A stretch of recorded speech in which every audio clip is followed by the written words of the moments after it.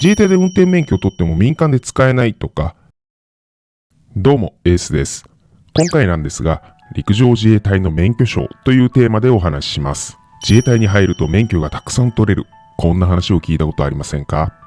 ありますよね。その昔は自衛隊の採用活動の決まり文句みたいな感じで、自衛隊に入ると免許がたくさん取れるぞなんて言ってた時期もありましたね。しかし、いざ入隊してみると、全く免許が取れなかったとか、詐欺だなんて言う人もいたかと思います。今回は陸上自衛隊のそんな免許にまつわる話を3つします。このチャンネルでは自衛隊に関する動画を投稿しているので、ぜひチャンネル登録よろしくお願いします。それでは早速行ってみましょう。LINE スタンプ販売してます。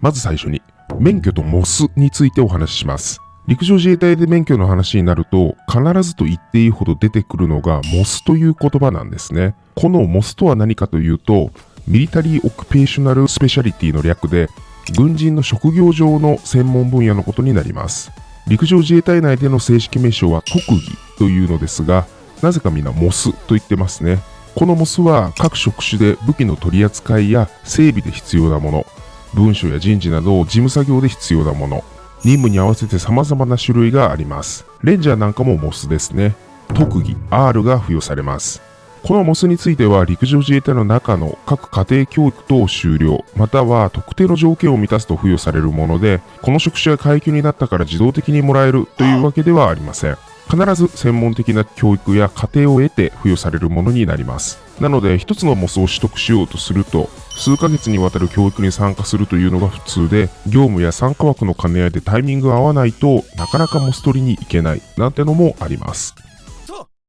続いてどんな免許が取れるかなのですが、全員が全員何でもかんでも取れるわけではないです。取れる免許については職種、任務、階級によっても変わります。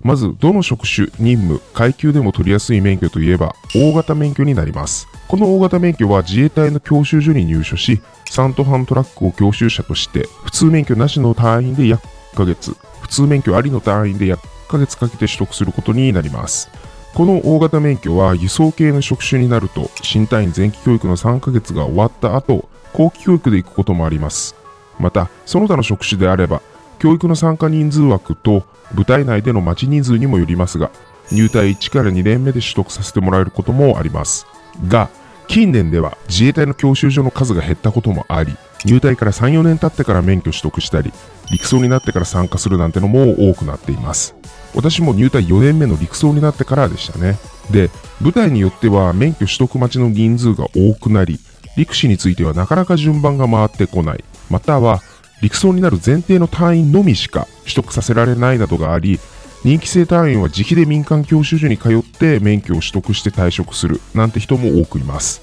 この大型免許については平成19年度に中型免許というのが制定されたこともあり、それ以降に免許を取得した自衛官は大型が免許欄につくのですが、大型車は自衛隊用自動車に限るという限定付き免許になります。なので自衛隊車両以外で乗れる車両は中型までになります。その他の運転免許でいうと、牽引や大型特殊も取得する隊員が多いのですが、これも任務で牽引車両を運転するか、大型特殊車両を運転するかどうかが取得するチャンスに大きく関わります。例えば牽引免許だと、私が現役の頃は、野戦特化や重迫撃砲の隊員が多く持っている印象があり、砲を牽引するために陸士からでも取得している人もいました。しかし、私がいた普通科ナンバー中隊だと、後年になると陸士で取得する人はごく一部でした。また、大型特殊だと、機甲科の戦車乗り等の隊員であれば、陸士の早い段階から取得することになるのですが、教習所が戦車になるため、カタピラ車限定という限定付き免許になったりもします。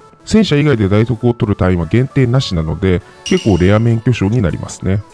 これらの限定付き免許については、民間の教習所に行き、限定解除の教習を受けて合格すれば外すことができます。私の同期なんかは転職に向けて限定解除をしている人もいました。そして二輪の免許はどうなんだという意見も時々あるのですが、こちらについては機甲科の偵察隊または普通科の情報小隊など偵察任務が主となる部隊の隊員が取ることが多いです。二輪免許についても自衛隊内で教習を行うことになり、普通自動二輪の免許が取得可能です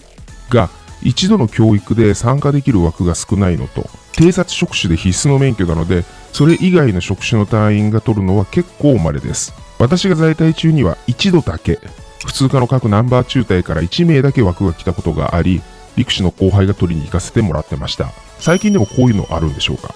紹介した運転免許の他に、車両系建設機械運転者、危険物など、自衛隊ではいろいろな免許が取れるには取れるのですが、職種、任務、階級、免許保有者の充足率、希望者の有無等に応じて変わります。普通科のナンバー中隊だと、陸曹になってタイミングが良ければ、大型、牽引くらいは取るチャンスがあり、さらにタイミングが合えば、大型特殊、小型車両系建設機械というのが一般的でしょうか。陸士の場合だと、大型免許が取れれば御の字ですね。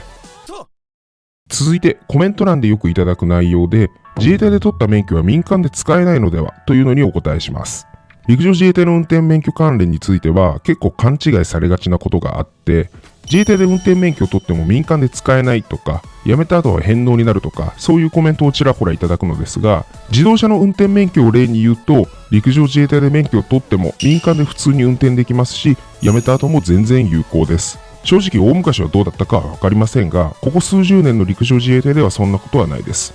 というのも、運転免許証は国土交通省の管轄になります。陸上自衛隊での運転免許取得のプロセスは、免許なしで入隊した場合、まず運転免許を取得、その後モスを取得する流れになります。なので、普通に民間の方が持っている免許と同じものを取得することが必須になります。そのため、国土交通省管轄の運転免許証については、自衛隊を退職でも使えますし、返納する義務もありません。